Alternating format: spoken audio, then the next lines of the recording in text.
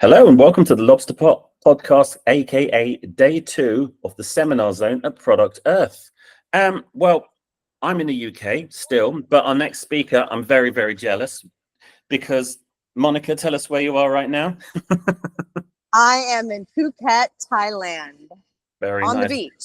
On the beach. So we're doing a podcast live from the beach. Well, not live or live right now, but not when this goes out. But give us a little tour of where you are. Oh my days. Yes, this is Bang Tao. It's beautiful. It's hang on. They talk about digital nomad and things like that, and we could just work from the beach. And you always think, well, actually, is that possible? Proving that it is possible. It is. It's definitely possible. But we have Monica Garcia. You are the founder and CEO of Cloud 11. Tell us a little bit more about the work you're doing at Cloud 11 and what you're doing in Thailand at the moment. Yeah, so Cloud 11 is something I actually started the company right during COVID time. So beautiful time to start a company, right? But it was a great time for me. It was gave me motivation to really figure it out. And I've lived here in Thailand the past 2 years. Came here when it was legal. So really wanted to learn everything about what was going on in Thailand. And so, yeah, that's what brought me out here. And I still have Cloud 11, but also international business development for a couple of companies. Very, very cool. So again, you got to do a little bit on stage on the Saturday, but maybe we'll run a little bit about that again when we have the chat now. But yeah, I mean, your story in itself is quite an interesting one. You've been in cannabis sector in the US for quite a while, but tell us more. Tell us more. Yeah, I've had a big passion for cannabis, and it really just stems from my family. And that is how I just got started. My dad had it around on the house when I was a little kid, and he was in agriculture. And my brother grew it when he was 12 years old. My cousin Rudy was actually shot at a party. Not that that's funny, but he didn't want to take any opioids or any other pills or prescriptions, and he decided to just use cannabis. And that has been his lifestyle. And he's taught us, how that could be really great on the medical side of things. And that has helped him throughout the years. And he hasn't had to use anything since. And then you have somebody like my grandmother who always used that for her daily tea. So she had arthritis and she was a huge consumer in tea. So, my family, my family was always positive. It wasn't a stigma. And in high school, because I had the ability to get marijuana from cousin Rudy, then I was, I guess, doing sales at a really early age. Yeah. But it was fun. And the funny thing, I wasn't even a consumer of it back then. Wow. I was in martial arts, and I was a professional martial artist, and I won a world championship title, and I went to do stunts for a living in LA. Oh, and wow. So I wasn't a consumer at that time, but I was a true believer of the plant. And when I came back to Northern California after my journey, I really started to get into the plant and grow. So I have 3 kids. And when they were young, I turned my daycare room into a grow room and had that for 5 years, growing like OG strains, Gorilla Grew, Jack Herrera, just all the old school strains way back then. And that was everything, right? I was like growing it, I was trimming it, I was selling it. So that was a lot of work. Mm-hmm. And that was during the time of, it was still medical at that time. Mm-hmm. And I really wanted to learn more what was going to happen when it became legal.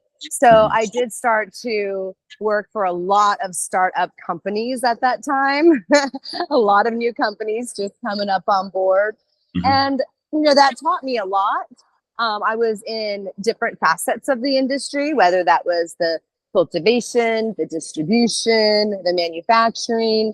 And, I really got to learn about the product. Be in California, up north, up in Humboldt and every Sonoma County, we have out. Wait, you grew up? I did. Wow. Yeah. So I grew up there in the woods, and I loved it. You could, find cannabis anywhere. all my friends' parents. It was just the norm, how I lived. And, in 2018, people were starting to look into brands, and brands really started to come up on board. So I started to really work with brands, helping them source their product, and then also helping with that manufacturing and distribution process. I started to work for two companies that were pretty large in Northern Cali, Cannabis and Nootropic. And it's there where I learned, so much about building brands. And it's great because, everybody starts with an idea, and everybody has these different ways that they could bring their talent into, the cannabis culture. And I come from a human resource background.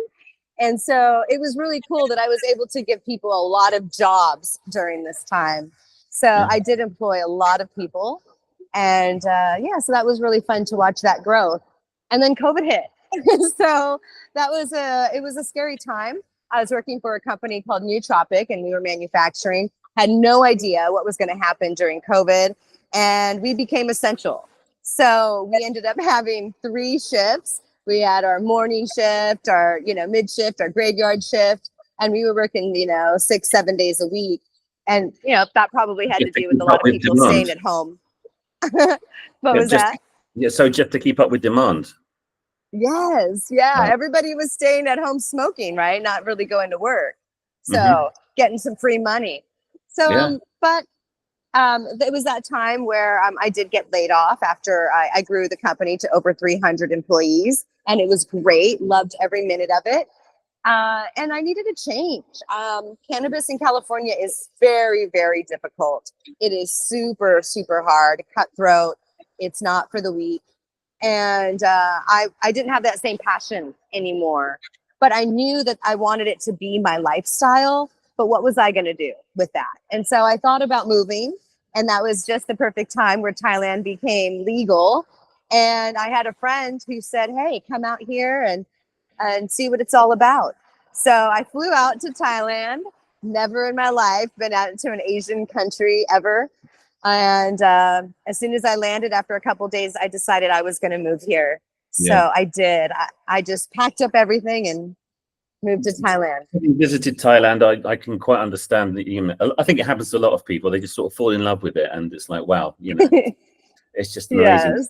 Again, having been in a kind of, I guess, fairly open sort of market in California, and then coming to Thailand, how do you find the two, sort of similarities and differences? Because there must be, there's huge differences. I know that much. But what expertise you're kind of bringing to the table, and how does your kind of experience help you in what you're doing now? Well, it was super interesting in the beginning. You didn't have all of the cultivations like you do now, right? Because they were still in building mode. So a lot of the product, it wasn't great product in the beginning when I first got out here. And probably a lot of that came from other places and not grown specifically in Thailand. But now that I've been here and people have had their cultivations now for a couple years, what's really amazing is the culture that they have built out here. They have such a great culture. And, there's like 10,000 dispensaries. It's crazy. And everywhere you go, there's dispensary. You can find, somewhere to go get some marijuana, some cannabis. But what I loved is going to the events, and everybody is just super passionate, and it's changed so many people's lives because they now have a different industry to be in. And a lot of them have, there's a lot of there's a lot of jobs have been created, right? So a lot of them have gone into cannabis, and never before in their life have they ever tried smoking, and now they get to for the first time. And they really enjoy going to these events, smoking, chatting, the food. It's a great combination. And I've been in different markets, but this is probably the fastest growing market I have ever seen. It is so fast. So I know it was it 2022? There was sort of, okay, it's now legal. Here's 1 million plants. People of Thailand, go make an industry, and then that was kind of repealed. And now there's talk of it's going to be medical only, but how do you think that's going to sort of shake out in practice? Well, they were thinking that it was going to become a narcotic, and that was going to be a scary thing because not a lot of companies hold their narcotic license. However, now that that is not the case and it will just be recreational medical, all that really means is that all of this product will go through all of the testing like it does like in the States, right? So you have to make sure that it goes through those certificate of analysis, the proper tests, that all of the dispensaries are buying from legal cultivations that go through those testing that are all GACP, and then getting towards their EU GMP. Now, what they are trying to do, though, here in Thailand is they fully understand that they have an amazing agriculture for cannabis, and they really want to get more on that international medical side, which I truly feel that it's going to be maybe 20% rec or less, and the rest will all go out to that international medical side. Very cool. No, I think again, it's kind of like once the cat's out of the bag, you can't really put it back in. That's always kind of how I. It was crazy. There was way too many people just out supporting, rooting. I was out there in the crowd as well. I mean, it's kind of interesting, but again, having seen, a very established market like California, and now kind of bringing the expertise that you have and sort of seeing this whole new market sort of evolve. I mean, what do you think the opportunities are for other companies who want to kind of do business in Thailand? And, again, perhaps they're exporting, importing. What kind of opportunities do you see? There's huge opportunities because this is still the baby, the baby years, I truly believe, and for the international market. Thailand is going to be a really nice hub for Australia, for Europe, for UK, and maybe India and all these other Asian countries that are looking to even come on board. So, currently right now, on the medical side, on the UK, German side, I have a 6 to 12 ton order. Wow. There isn't anywhere that I'm going to be able to get that in Europe right now. So a lot of with the prices that they want. So a lot of that will be sourced actually out here in Thailand from a variety of different farms. And these are big pharma companies, who want those orders of big contracts. There's also veteran contracts, government contracts that we also have to fulfill. So there's a lot of opportunities. I think, what it is, it can't be the mom and pop shop. You have to have the ability to scale, the ability to be GACP, to buy all those licenses, to hire the people to do all of that correctly. So it is a process and it does take a lot of time. But the other side of things is you have to have those contracts and you have to have somewhere for it to go. So just making sure you're smart on both ends and you should be fine. But it's amazing. Yeah, it's really easier. It's a lot easier to get licensed, here in Thailand with, Thai partners versus California, which is a long process. Even as a foreigner coming into Thailand, working with a Thai national, working with Thai partners, it's still easier than getting a license in the US or California. Well, I know it varies state to state, doesn't it? Wow.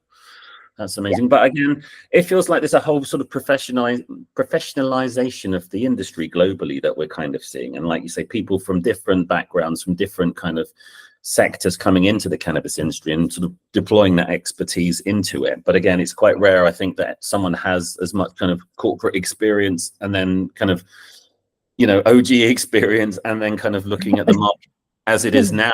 But I think we need all of those parts to kind of come together. Is that kind of your perception as well? Well, it is. I do come from that, OG culture, and sometimes I hate that this will lead to big corp, but you either swim with them or you sink, right? So but one of the good things is when you do get to work with the people of corporate that also have had passion for cannabis for many, many years and who understand it. And it's about building that right team. But what I am excited about too is we just got fully licensed for North Macedonia, where we're putting in 3,000 lights for our indoor grow. And we also have manufacturing. And one of the things that we're going to be able to do out there is to bring in brands from California, from any state, any country really, and be able to bring those genetics, follow the SOPs, and be able to package their brand there in North Macedonia and be able to put that out to the European market. Yeah, and again, I guess rec and medical markets as they open up. Very cool, very cool, excellent. But again, in terms of what kind of next for you and what you're looking to do, what's kind of what's on the horizon for the rest of this year and kind of going into 25? I am working on my own brand, so that's something that I'm really excited about. I've been developing this for many years, and so pretty soon I will be able to launch that with my own genetic and brand.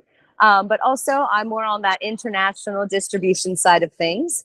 And currently I am I'm distributing the cannabis to Australia, UK, Germany, and different countries online coming up on board. So it's been hard, but it's been a wonderful experience meeting people from all over the world. No, absolutely. And I think for me, that's what kind of epitomizes the cannabis industry. It's people kind of using their expertise from international markets, from different markets, and just kind of creating this community that kind of empowers each other. And I think, again, perhaps it's slightly naive or slightly optimistic, but at the same time, it feels like, the industry has an opportunity to shape itself the way it wants without the kind of legacy of other kind of corporate sectors. But again, without compromising on sort of professionalism. And I think I feel that's very encouraging, and it seems like you're very much at the forefront of all of that, which is really it's been really exciting. So we do have a celebrity that we actually just signed. I'm not sure if I can say yet, but he's he's everybody would know who he is worldwide, and he's not a rapper. Okay. Wow, that's cool. Wow. Very, very good. Yeah. So I'm thinking Tom Cruise, George Clooney. I don't know. It's up there like that. It's fun. Taylor Swift. Yes. I don't know. Who knows? Anyway, well, but that's cool. But no, this is awesome. But no, thanks for taking the time, and thanks for enlightening us on how things are shaking out in Thailand. It's certainly a market I'm keen to see thrive. My long-term plan, maybe I'll retire there and open my own dispensary. That's the dream. You should. Yes. And I think you should go for it. I think you would love it. It's an amazing place. I've definitely made this my home. I feel that I would retire here as well. Yeah. Awesome. But I'm, for as far as working in cannabis here, it has changed my life as well. I have amazing friends, people in the community, people that work really hard, that really care about the plant. And it's all around the land of smiles. So it's been a really great place. And next would be the UK and Europe, the Europe markets that I'll be in. So excellent. I'll be on that side too. Oh, very good. When are you going to be over in the UK? I'll probably another couple months. Okay. I would have to go visit the North Macedonia site. Excellent. So sounds an amazing itinerary. So enjoy, and thank you so much for telling your story. And we will speak soon. Thank you, Monica. Okay, thank you so much, Dave. Appreciate it.